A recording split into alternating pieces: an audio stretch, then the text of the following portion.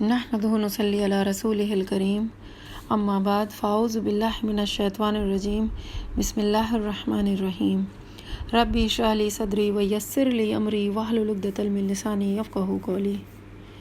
معزز سامعین اکرام، السلام علیکم ورحمۃ اللہ وبرکاتہ۔ 10واں پارہ۔ اس پارے میں 2 حصے ہیں، سورۃ الانفال کا باقیہ حصہ، سورۃ التوبہ کی ابتدائی حصہ۔ سورۃ الانفال کے باقی حصے میں 5 باتیں یہ ہیں: مال غنیمت کا حکم، غزوہ بدر کے حالات، اللہ تعالیٰ کی نصرت کے 4 اسباب، جنگ سے متعلق ہدایات، ہجرت اور نصرت کی فضائل۔ مال غنیمت کا حکم۔ مال غنیمت کا حکم یہ بیان ہوا کہ خمسے نبی علیہ السلام آپ کے اقربا، یتیموں، مسکینوں اور مسافروں کے لیے ہے اور باقی 4 حصے مجاہدین کے لیے ہیں۔ غزوہ بدر کی حالات۔ کفار مسلمانوں کو اور مسلمان کفار کو تعداد میں کم سمجھیں، اور ایسا اس لیے ہوا کہ اس جنگ کا ہونا اللہ کے ہاں طے ہو چکا تھا۔ شیطان نے مشرکین کے سامنے ان کے اعمال کو مزین کر کے پیش کرتا رہا۔ دوسری طرف مسلمانوں کی مدد کے لیے آسمان سے فرشتے نازل ہوئے۔ قریش غزوہ بدر میں ذلیل خوار ہوئے۔ اللہ تعالیٰ کی نصرت کے 4 اسباب۔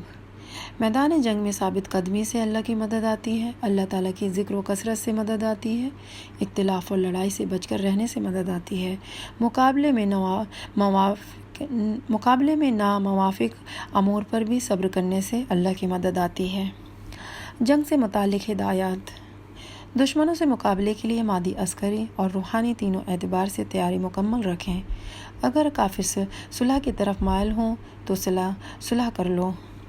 ہجرت اور نصرت کے فضائل۔ مہاجرین و انصار سچے مومنین ہیں، گناہوں کی مغفرت، رزق کریم کا وعدہ۔ سورۃ التوبہ کی جو ابتدائی حصہ ہے اس پارے میں، اس میں 2 باتیں ہیں: مشرکین اور اہل کتاب کے ساتھ جہاد۔ مشرکین سے جو معاہدے ہوئے تھے ان سے برات کا اعلان ہے۔ مشرکین کو حج بیت اللہ تعالیٰ سے منع کر دیا گیا، اہل کتاب کے ساتھ قتال کی اجازت دی گئی۔ مسلمانوں اور منافقوں کے درمیان امتیاز۔ منافقوں اور مسلمانوں میں امتیاز کرنے والی بنیادی چیز غزوہ تبوک بنی۔ رومیوں کے ساتھ مقابلہ ہوا جو اس وقت کے سپر پاور تھے اور شدید گرمی اور فقر و فاقہ کے موقع پر پکے ہوئے تھے۔ مسلمان سوائے چند کے سب چلے گئے، جبکہ منافقین نے بہانے تراشنے شروع کر دیے۔ پارے کے آخر تک منافقین کی مذمت ہوئی ہے۔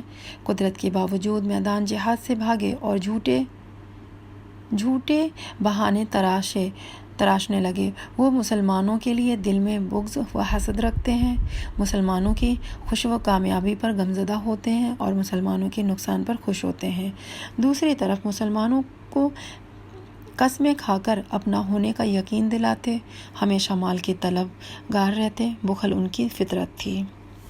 ہمیشہ آپ صلی اللہ علیہ وسلم کے لیے نازیبا کلمات کہتے۔ ان کے لیے فرما دیا کہ اے پیغمبر، آپ ان کے لیے 70 بار بھی استغفار کریں تو بھی اللہ تعالیٰ ان کی مغفرت نہیں کرے گا، اور اگر ان میں کسی کا انتقال ہو جائے تو آپ اس کو نماز جنازہ بھی نہ پڑھائیے گا۔ پھر ان مسلمانوں کا بھی ذکر ہے جو کسی عذر کی وجہ سے اس غزوے میں نہ جا سکے تھے۔ واللہ عالم بالصواب۔ آئیے اب دیکھتے ہیں عملی نکتے، اپنی زندگی میں اتارنے والے، عمل کرنے والے پوائنٹس پر نظر ڈالتے ہیں۔ مال غنیمت کے حصے۔ مال غنیمت کے حصے: اللہ اور رسول، قرابت دار، مسکین اور جنگ میں شامل ہونے والے لوگ۔ جب کسی چیز کو ارادہ کریں تو اس پر قائم رہیں، استخارہ کریں اور استقامت پر رہیں۔ رسول اور صحابہ کی پیروی کرنی ہے، لڑائی جھگڑے سے بچنا ہے۔ جب اللہ کسی کام کو انعام نعمت دیتا ہے تو وہ جب تک نہیں لیتا جب تک کہ انسان ناشکری سے بچا رہتا ہے۔ دلوں میں محبت بھی اللہ ہی ڈالتا ہے، لوگوں کے دلوں میں بھی محبت اللہ ہی ڈالتا ہے۔ اللہ کے احکام کی حفاظت کرو، اللہ تمہاری حفاظت کرے گا۔ کامیابی صبر کے ساتھ ہے۔ نیکیاں کرنے کے ساتھ اللہ کے دین کے لیے محنت کریں۔ باہر نکلیں، زندگی کے ہر قدم پر اللہ اور رسول کے مقدم رکھیں۔ ہمارے پاس جتنا بھی مال ہے اس میں سے اللہ کے لیے بھی نکالنا ہے۔ اللہ کے نزدیک کوانٹٹی سے زیادہ کوالٹی کی اہمیت ہے۔